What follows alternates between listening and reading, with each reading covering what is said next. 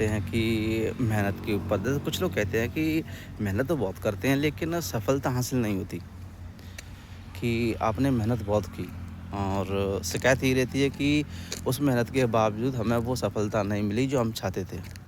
तो देखो इसकी बात 2 बनती हैं। बात ये है कि आप जो कार्य कर रहे हैं, आपने उस कार्य को कितनी ईमानदारी से किया, ये बहुत ज़रूरी है। क्योंकि आप जो भी काम कर रहे हैं ना, वहाँ ईमानदारी बहुत ज़रूरी है।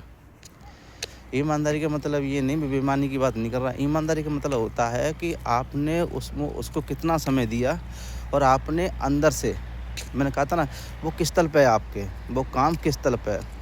तब आप जो ईमानदारी से वो काम करेंगे ना, तो वो सफलता की ओर ले जाएगा आपको।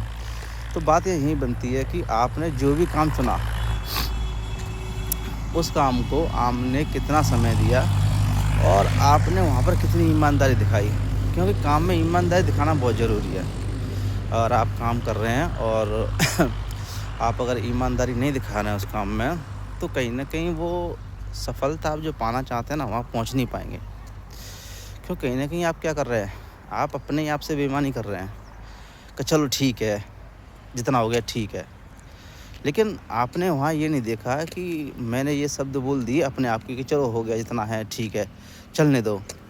तो वहाँ पर वो सफलता की जो परसेंटेज है ना, वो थोड़ी कम हो चली जाती है इसी वजह से। क्योंकि आप अपने काम के प्रति ईमानदारी नहीं दिखाते। कहीं न कहीं वहाँ भी आप क्या करते हैं, एक ऐसा करने की कोशिश करते हैं कि नहीं बस हो गया, इतना ठीक है। आपने पूरी तरीके से अपनी ईमानदारी नहीं दिखाई वहाँ।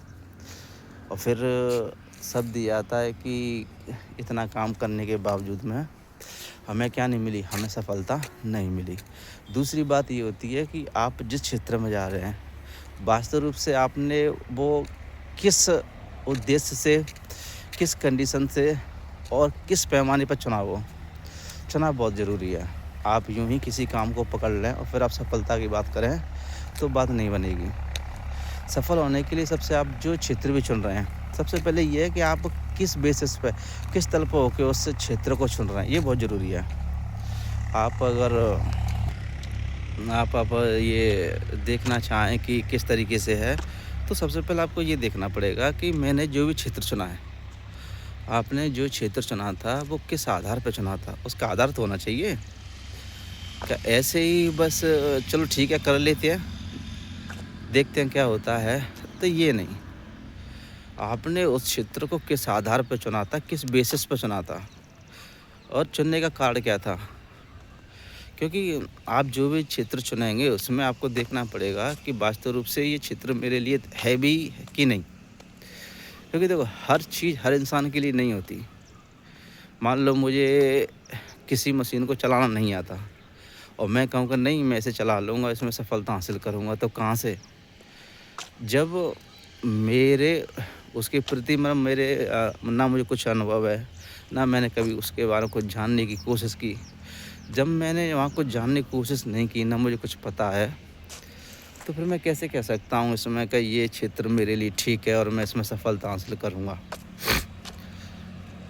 तो जानना ज़रूरी है कि आप जो भी क्षेत्र चुन रहे हैं, उस क्षेत्र में किस तरीके से आपका अनुभव रहा है या पीछे आपने क्या किया है, आपको जानकारी है कि नहीं, वो बहुत ज़रूरी है।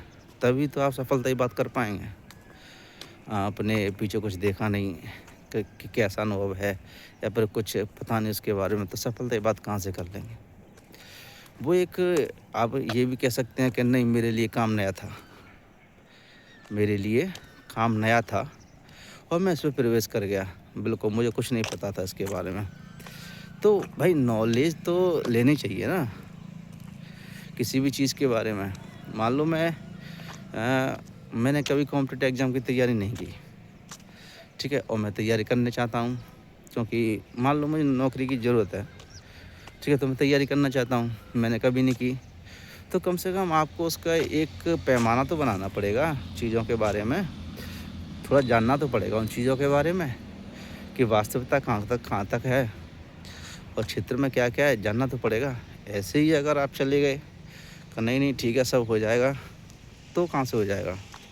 भई जानना बहुत ज़रूरी है कि आप जिस क्षेत्र में जा रहे हैं उसके बारे में थोड़ा जानना कि वास्तव रूप से जिस क्षेत्र की ओर मैं बढ़ रहा हूँ वो वास्तव रूप से मेरे लिए है भी है कि नहीं है।